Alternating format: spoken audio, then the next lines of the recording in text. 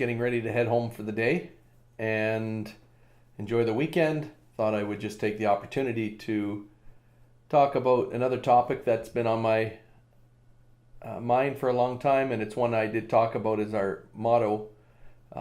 Didn't talk about the particular story about how it came about, and that is helping to make things the way it ought to be.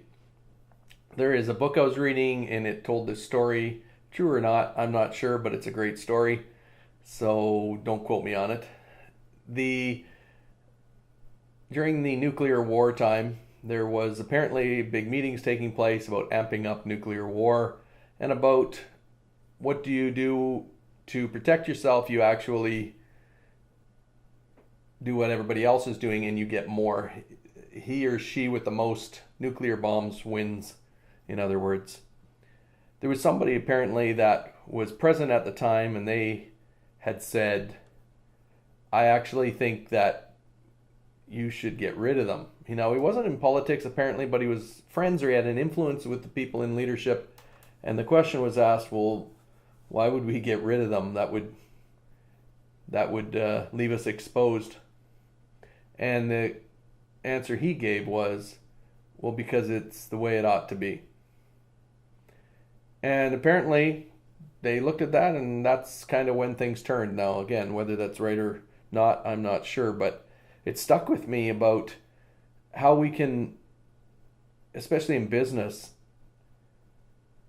set our parameters and the things that we respond to, the things that I respond to based on what somebody else is doing, and therefore I need to counter that, and then I have to expand this, and I have to charge more for that, and I have to just and wind up with this dilemma where somebody else does something to me and I have to respond not just in equal kind but in greater kind, and left doing things like I talked about last time, remote pricing, because you start to justify these types of things in business.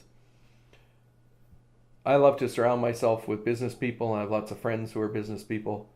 And it is something that's become clear to me is that the more that you don't just simply say, well, what is it that a competitor is doing, or how is it my client is responding, and therefore I need to position myself and jockey myself so that I'm just in the right place and I'm just a little bit ahead of them. I just have a little bit of an edge over them.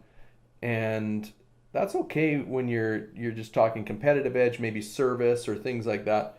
But when it gets into things that are moral dilemmas, and you do something like remote pricing because it's what everybody's doing, and in order to be part of that game, you just play it.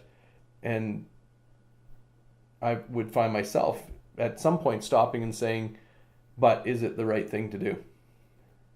And it's pretty interesting how in our day that simple question will come up. Well, what would be the right thing to do? Now that seems pretty simplistic, except if you've been around business, or I'm assuming most of you have worked for somebody, had your own business. You realize it's not as common as one would hope, where you'd simply ask the question, well, what would the right thing be? And you say, well, who sets that? Who knows that? I would beg to pose this as a possibility that somewhere deep within each of us is this thing that somehow you go, you know what, that just feels like the right thing to do. And it's almost like it's kind of written somewhere inside of us that, when you treat somebody like that, it seems to be the right thing to do. And there's a sense of justice that seems to be in us. Now, obviously, we can get so messed up that that's just a bad thing to rely on one's inner voice, because as we know, if you're going to be a sociopath, you wind up without that and nothing seems wrong. So I'm not talking about that. I'm just talking about to the most people that I talk to, when I explain how something is done and they go, well, why would you give us this, and do it this way? And I'd say, I don't know, doesn't it seem like the right thing to do? And they'll go, well, yeah, it does, but who does that? Well, that's part of the struggle that we have, and we're not perfect in it. We've adjusted many times in business about that. You're not even aware of it, right? You've just done something so long. You've never stopped or had somebody ask, does this line up with your values, the thing that are important to you personally? And I would like to suggest that when we do that and we lose a deal, we don't get that thing that we thought we could have gotten had we maybe not done just the right thing. I've proven it over and over with my guys that we just don't lose sleep at night. When we lose a deal or we don't get something simply because we took a position that we believe was the right thing and we lost the deal. It's not bothered us. We've slept okay. And adversely to that is the opposite, when you're just got something pricking your conscience all the time. And so we at Principal really do want to do the things that ought to be done.